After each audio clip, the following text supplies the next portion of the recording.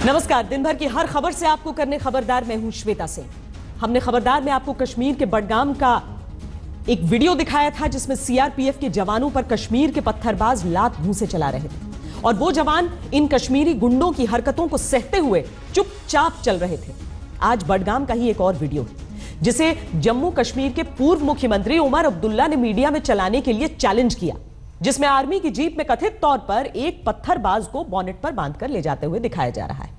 हम ये नहीं कहते कि हमारे जवानों के अपमान का जवाब देने और पत्थरबाजों को सबक सिखाने का यह तरीका सही है या गलत। आर्मी ने खुद इस वीडियो की जांच कराने और कोर्ट ऑफ इंक्वायरी के ऑर्डर दिए हैं, लेकिन हमारा सवाल पत्थरबाजों के हमदर्द बने उमर अब्दुल्ला जैसे उन नेताओं और लोगों से है जो हमारे जवानों पर पत्थरबाजों के लात घूंसे वाले वीडियो पर तो चुप्पी साध लेते हैं, लेकिन जीप पर कथित तौर पर बांध कर ले जाए गए पत्थरबाज का वीडियो इन्हें चुभ जाता है। सवाल यह है कि जब ये जवानों के अपमान पर बोलते नहीं तो पत्थरबाजों के हमदर्द बने ये लोग सुरक्षा बलों से सद्भाव की इच्छा क्यों करते हैं?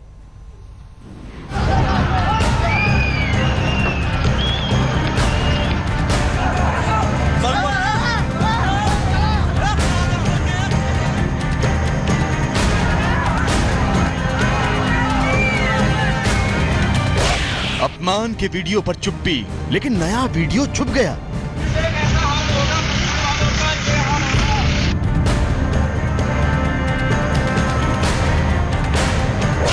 जीप पर पत्थरबाज को लटकाने वाले वीडियो का विश्लेषण।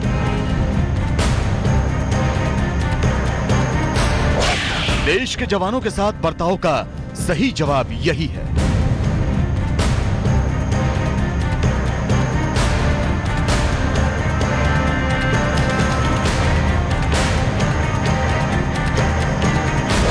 पत्थरबाजों के हमदर्द अब जवानों से सद्भाव की इच्छा क्यों करते हैं? कश्मीर का ये नया वीडियो आज हर जगह वायरल हो रहा है, जिसमें कहा जा रहा है कि ये उन पत्थरबाजों को मुंह तोड़ जवाब है जो पत्थरबाज कश्मीर में सुरक्षा बलों के जवानों के सब्र का इम्तिहान लेते हैं। हाथ में हथियार होने के बावजूद जवान कुछ नहीं बोलते, लात घूंसे खाकर भी चुपचाप रहते हैं। 9 अप्रैल को उपचुनाव के दिन कश्मीर के बडगाम में सीआरपीएफ के जवानों के साथ क्या हुआ था, उसका वीडियो तो हम आपको पहले ही दिखा चुके हैं।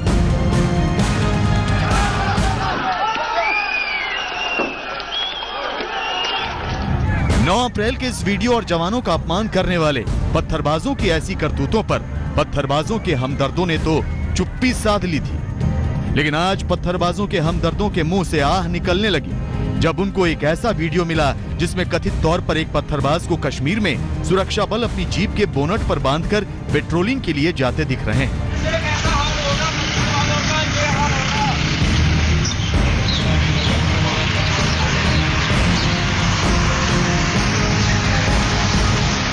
हम ये नहीं कहते कि ये जवानों के साथ बर्ताव का और पत्थरबाजों का सही जवाब है, लेकिन सवाल उन लोगों पर उठते हैं जिन्हें हिंसा फैलाने वाले पत्थरबाजों का दर्द तो तुरंत दिखता है, लेकिन जवानों के अपमान पर आंखें बंद हो जाती हैं। जवानों का अपमान का वीडियो जिन्हें हैरान नहीं करता, उन्हें नया वीडियो तुरंत झटके दे रहा है। फारूक अब्दुल्ला के बेटे उमर अब्दुल्ला ने ट्विटर पर लिखा कि क्या इस युवा को आर्मी जीप के सामने बांधकर ये सुनिश्चित किया गया कि जीप पर कोई पत्थर न चलाया जाए?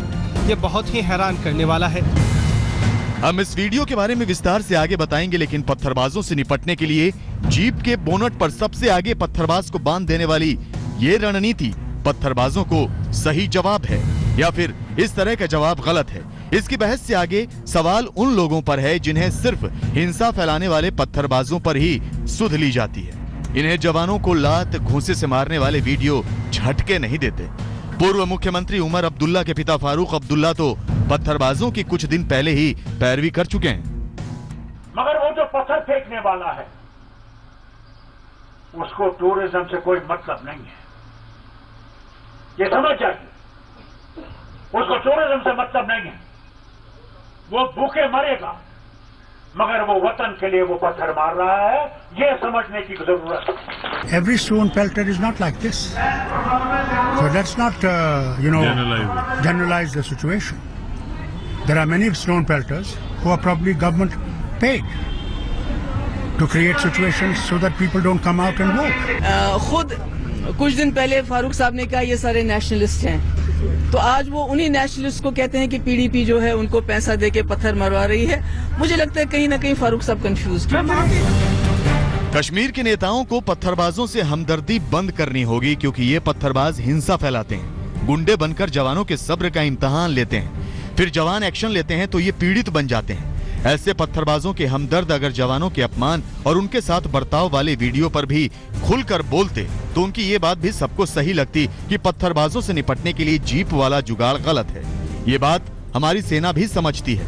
इसीलिए श्रीनगर की 15वीं कोर ने इस वीडियो और घटना की कोर्ट ऑफ इंक्वायरी के ऑर्डर दिए हैं। ये सेंट्रल कश्मीर के बडगाम का 9 अप्रैल का वीडियो है, जिस दिन उपचुनाव हो रहा था। सेना की पेट्रोलिंग पार्टी उस पोलिंग बूथ पर गई थी जहां हमला और पथराव हो गया था। ईवीएम और पोलिंग अधिकारियों की सुरक्षा के लिए इस पेट्रोलिंग पार्टी को लगाया गया। बताया जाता है कि पथराव से निकलने के लिए जीप के बोनट पर एक व्यक्ति को बांधा गया। वीडियो में बोनट पर बंधा व्यक्ति दिख रहा है, लेकिन ये कौन है? पत्थरबाज है या कोई और? वीडियो की पूरी सच्चाई जांच के बाद ही सामने आएगी। क्या ऐसा तरीका सही है? इस पर सवाल जरूर उठाए जा रहे हैं, लेकिन बताया यह भी गया कि पत्थरबाज को जीप से बांध देने वाले जुगाड़ का काफी असर भी हुआ। इसके बाद जिस जगह का वीडियो है वहां पर कोई पथराव नहीं हुआ, कोई हिंसा नहीं हुई। गौरव सावंत, दिल्ली आज तक। कम से कम ऐसे लोग कश्मीर में सुरक्षा बलों से सद्भाव की इच्छा कतई न करें जो लोग पत्थरबाजों की वकालत करते हैं और पत्थरबाजों से हमदर्दी दिखाते हैं। कश्मीरी गुंडों के लात घूंसों पत्थर चुपचाप बिना कुछ कहे सह रहे जवानों की पीड़ा और उसको लेकर पूरे देश की पीड़ा पर चुप रहते हैं। कश्मीर के इस वीडियो के बाद खबरदार में अब बात पाकिस्तान की, जिसने कुलभूषण जाधव के केस में जालसाजी के रिकॉर्ड बनाने में लगा हुआ है। भारत की वार्निंग के बाद पिछले 2 दिन में पाकिस्तान में 2 बड़ी मीटिंग हुई। नवाज शरीफ आर्मी चीफ से मिले। पाकिस्तानी आर्मी चीफ की कल रावलपिंडी में अपने कमांडर्स के साथ बैठक हुई। आज पाकिस्तान के अघोषित विदेश मंत्री सरताज अजीज कुलभूषण जाधव पर चार्जशीट बताने लगे और सीक्रेट ट्रायल की तारीखें बताने लगे। जाहिर है कि पाकिस्तानी सेना ने जो झूठी स्क्रिप्ट लिखकर रख दी होगी उसे ही सरताज अजीज ने पढ़ दिया। कुलभूषण जाधव के केस में पाकिस्तान की सेना ने जितनी कहानी लिखकर दे दी, उतनी कहानी आज पाकिस्तान के अघोषित विदेश मंत्री सरताज अजीज ने मीडिया के सामने पढ़ दी। कुलभूषण जाधव पर जिस सुनवाई के बारे में खुद पाकिस्तान में किसी को नहीं पता था, उस सीक्रेट सुनवाई की तारीखें और चार्जशीट आज सरताज अजीज बताने लगे। ये जाधव केस में पाकिस्तान की जालसाजी की कहानी है, जिस झूठ पर पर्दा डालने के लिए अब तारीखें। भारत सरकार की ये मांग है कि जो कुलभूषण जाधव के खिलाफ जो चार्जशीट है और कुलभूषण जाधव के खिलाफ जो मिलिट्री कोर्ट का जो फैसला है, इसके हमें सर्टिफाइड। और भारत ने बहुत साफ शब्दों में कहा है कि उनको कहना कि वो जासूस थे, ये काल्पनिक बात है। कोई जासूस अपना पासपोर्ट लेके किसी देश में नहीं जाता है। और हमने ये भी कहा है कि अगर उनके खिलाफ कोई कार्रवाई होती है तो हम इसको प्री मेडिटेटेड मर्डर मानेंगे। आज पाकिस्तान ने जाधव केस में अपनी झूठी कहानी के बचाव में चार्जशीट से लेकर 6 महीने तक मिलिट्री कोर्ट में चली सुनवाई के बारे में बताया, जिसके बारे में अब तक किसी को भी नहीं पता था और पता भी न चलता अगर भारत ये ना कहता कि जाधव को बचाने में वो किसी भी हद तक जाएगा। आज पाकिस्तान में भारत के उच्चायुक्त गौतम बंबावले पाकिस्तान की विदेश सचिव तहमीना जांजुआ से मिले। ये जाधव केस में पहली बड़ी कूटनीतिक मुलाकात थी।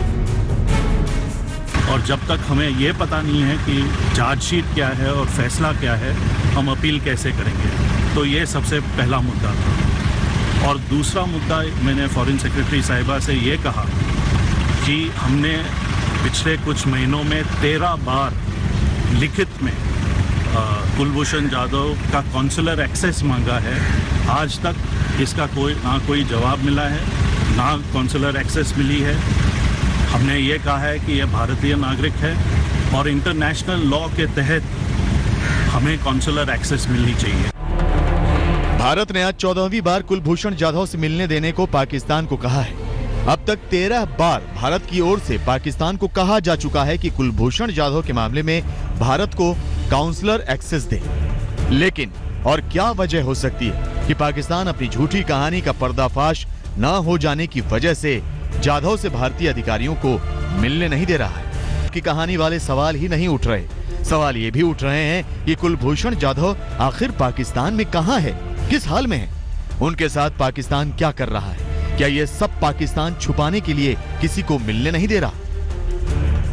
देखिए, कुलभूषण जाधव एक नेवी का अफसर था, वो रिटायर हो गया और बेचारा लेजिटिमेट बिजनेस छाबहार में कर रहा था।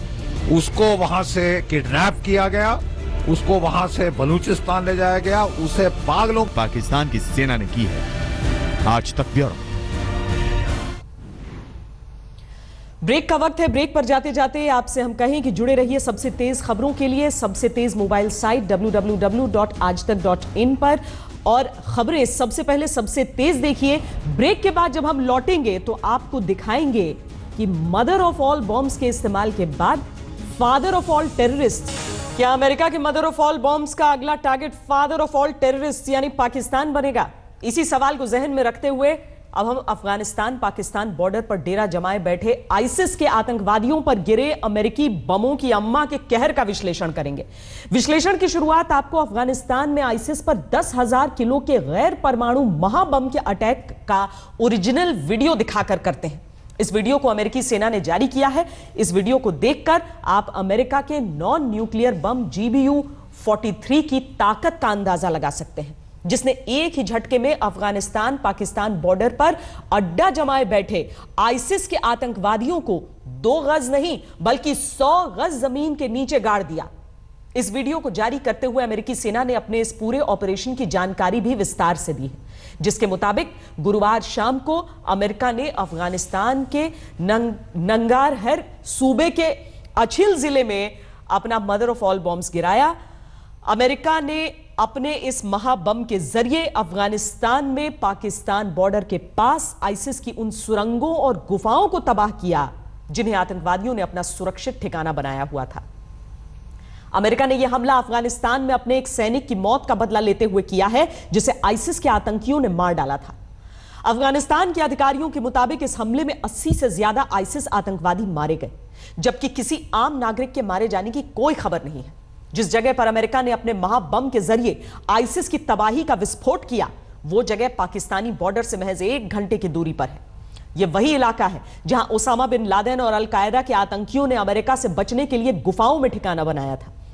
अफगानिस्तान पाकिस्तान बॉर्डर पर आईसिस की कब्र खोदकर अमेरिकी राष्ट्रपति डोनाल्ड ट्रंप ने जता दिया है कि आतंकवादी चाहे दुनिया के किसी कोने में हो, अमेरिका उन्हें छोड़ेगा नहीं। बस यही बात सोच सोचकर आतंकियों के हृदय सम्राट पाकिस्तान के सिर में दर्द हो रहा है कि न जाने कब अमेरिका के बमों की बौछार पाकिस्तान के आतंकवादी अड्डों पर हो जाए। हमने पाकिस्तान के इसी डर को केंद्र में रखते हुए आईसिस पर अमेरिकी महाबम के अटैक की रिपोर्ट तैयार की है, जिसे अब हम आपको दिखाते हैं।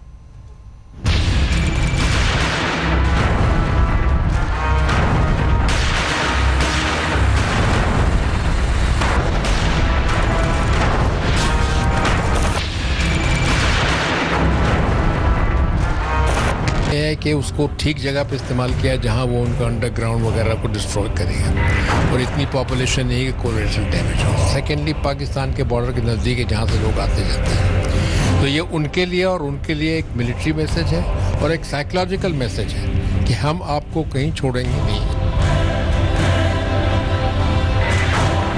अमेरिका के बमों की भारी भरकम अम्मा GBU-43 ने अफगानिस्तान के नंगारहर में ISIS के ठिकानों पर अटैक करके गुफाओं और सुरंगों में छिपे आतंकवादियों की कब्र खोद डाली।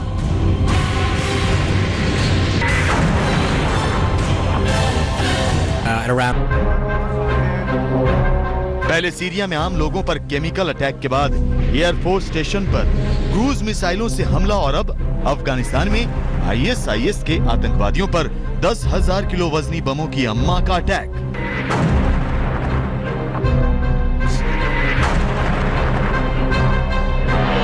डोनाल्ड ट्रंप ने जता दिया है कि आतंकवादी चाहे दुनिया के किसी कोने में छिप जाए, अमेरिका उन्हें चुन चुन कर मारेगा। What I do is I authorize my military. We have the greatest military in the world, and they've done a job as usual. So we have given them total authorization, and that's what they're doing. And frankly, that's why they've been so successful lately. We have incredible leaders in the military, and we have incredible military, and we are very proud of them. And this was another very, very successful mission. America ने अफगानिस्तान में ISIS के जिन ठिकानों पर mother of all bomb से हमला करके आतंकियों को ठिकाने लगा दिया, वो जगह पाकिस्तानी बॉर्डर से सटी है और पेशावर तो वहां से महज 100 किलोमीटर दूर है।